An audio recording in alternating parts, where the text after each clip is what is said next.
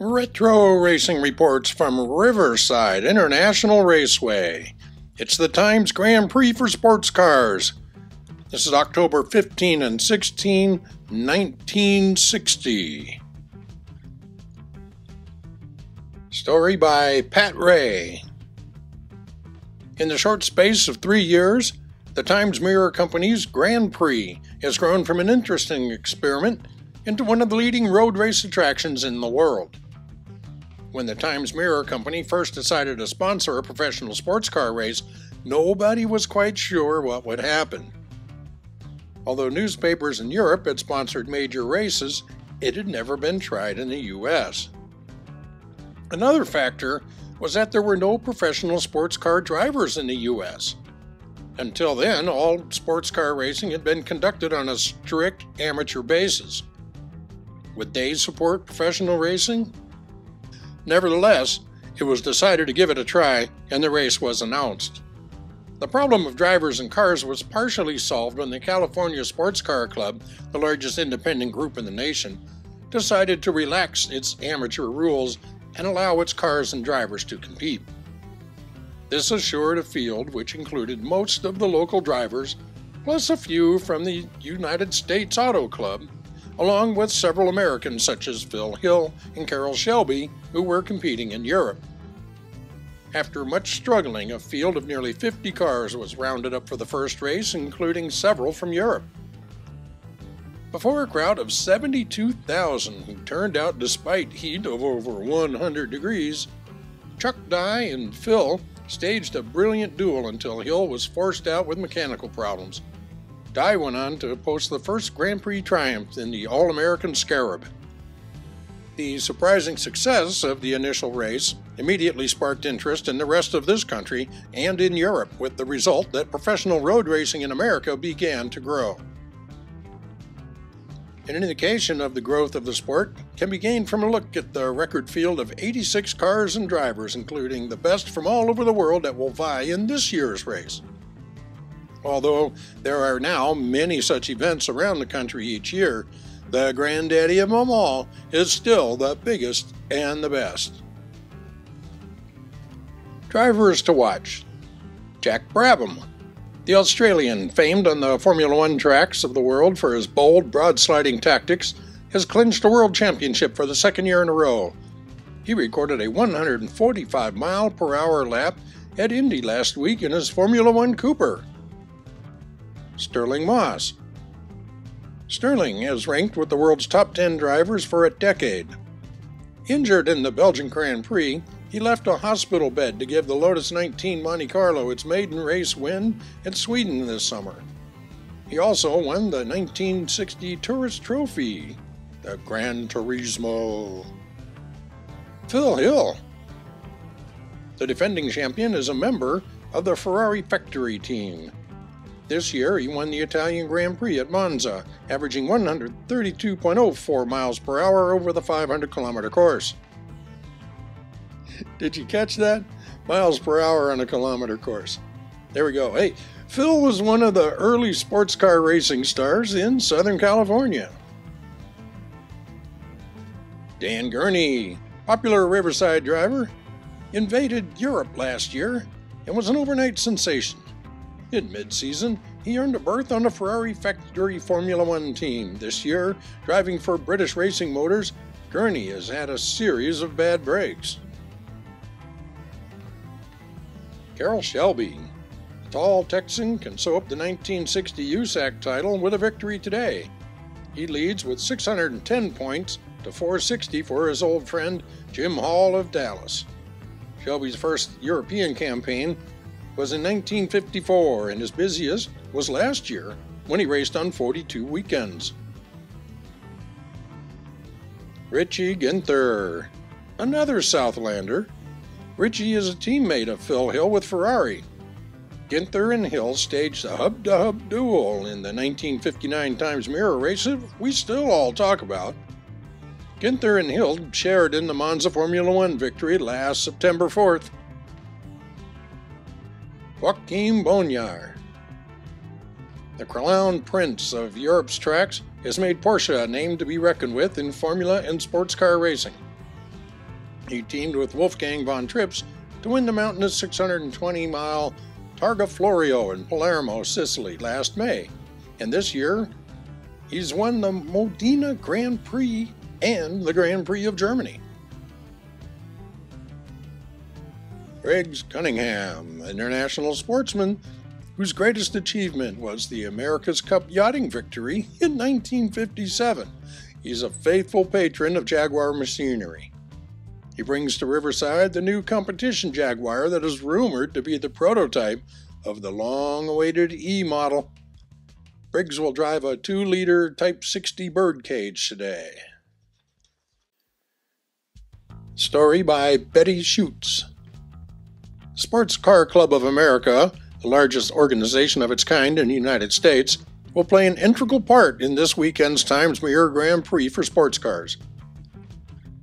Headed by Regional Executive Hal Donis and race steward Lindley Bothwell, scores of the club's Los Angeles region members will help with the actual workings of the Blue Ribbon event. Without their cooperation and services, a race of this size and importance could not be staged. These are dedicated sportsmen imbued only with the thought and desire to do everything they can to further the cause of sports car racing, amateur and professional, and promote safety through good driving on our crowded highways. SCCA's Los Angeles region proudly lists more than 500 members who throughout the year are busy conducting their own schedule of exciting races, rallies, and concours. One is scheduled in the near future at Pomona Fairgrounds, November 5 through 6, to be followed tentatively by a championship event at Las Vegas in December. The National SCCA boasts more than 15,000 members, also dedicated to the cause of road racing. This flourishing club grew from 7 men who met in Boston in 1944 to form a local club whose aim was to revive interest in the ancient sport of road racing. Working with SCCA this weekend is the California Sports Car Club and the Women's Sports Car Club. The latter group helps in preparing several hundred tasty lunches for workers, processing credentials for the workers, pit and technical credentials, and of course, adding greatly to the glamour and excitement of this growing sport. Story by Dick Hyland. Anyone with confidence in tires, wheel bearings, and steering equipment can drive very fast in today's automobiles. The evidence is right before his eyes on speedometer charts, never quite accurate, that top 100 miles per hour. The driver might imagine himself a Jack Brabham, Phil Hill, Carroll Shelby, Richie Ginther, Jack McAfee, Sterling Moss, Dan Gurney, or any of the other magnificent drivers performing here this weekend. There is, however, one great difference between the average highway speeder and the great knights of the roaring road. The latter know their cars to the tiniest bolt and screw, know exactly what they and their cars can do. They work in harmony with their cars to attain a maximum speed with safety under every condition. Well, accidents can and do happen in sports car racing, but they are mostly of mechanical failures at great speeds. It was a miracle, for instance, that England's Sterling Moss was not killed when a wheel came off his car at well over 100 miles an hour in this year's Belgian Grand Prix. So what makes sport car drivers really good? In layman talk, it might be said, judgment and timing. These tell him when to do something, and he is then physically able to do it without hesitation or dangerous time lag. Note the manner in which Hill and Moss, to name but 2, stay in grooves on any particular turn. They are smooth drivers who find a track for the speed they wish to take on any corner, and stay in it lap after lap. Brabham, perhaps because of his midget car beginnings in Australia, may control a slide through corners at times, but he too has become a smoother driver these past few years since he hit the Grand Prix racing circuits. Note too when and where the drivers shift coming to turns. This is done to drop into a lower gear that will give them quicker and more powerful response to the throttle when they step on it, going into and coming out of the corners. The 5, 4, 3, 2, 1 signs approaching the corners help drivers know where they are for these fast downshifts. While there are many other facets of road race driving, but perhaps the above will increase interest as the greatest field of drivers and cars ever assembled for a road race in North America roars around the Riverside circuit right before your eyes. Story by James T. Crow. 2 years ago, when the Times-Mirror Charities made the decision to sponsor the first really big league professional sports car race in America, it was the California Sports Car Club that offered help, changing its rules to break the barrier that had existed up until then between amateur and professional sports car racing. What the Times-Mirror and Cal Club started then has become the pattern of major event sports car racing all over America. Now, for this third annual Times-Mirror charity event, the Cal Club is back again, its members serving in numerous volunteer capacities to assure that this important event is conducted by competent, experienced road racing personnel. The Cal Club, a non-profit corporation, has just one reason for its existence: sports car racing. Founded in 1948 by 12 men, Cal Club is going to be America's largest independent sports car club and is internationally recognized as one of the world's leading sports car racing organizations.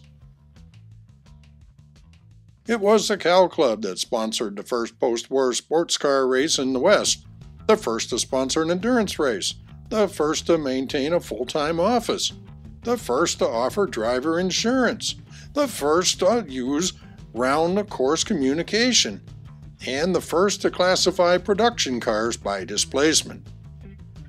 There is no better testimony to the preeminence of the Cal Club than the fact that it sponsored the inaugural meet at every major sports car circuit in Southern California.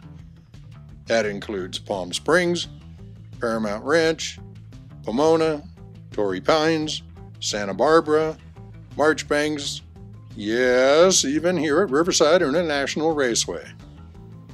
Cal Club is proudest of its role in that first precedent-shattering Times-Mirror Sports Grand Prix race 2 years ago. Hey, there's Harold. Glad you enjoyed that video. Be sure to like, subscribe, share, put your comments down below. There's a lot more where this one came from.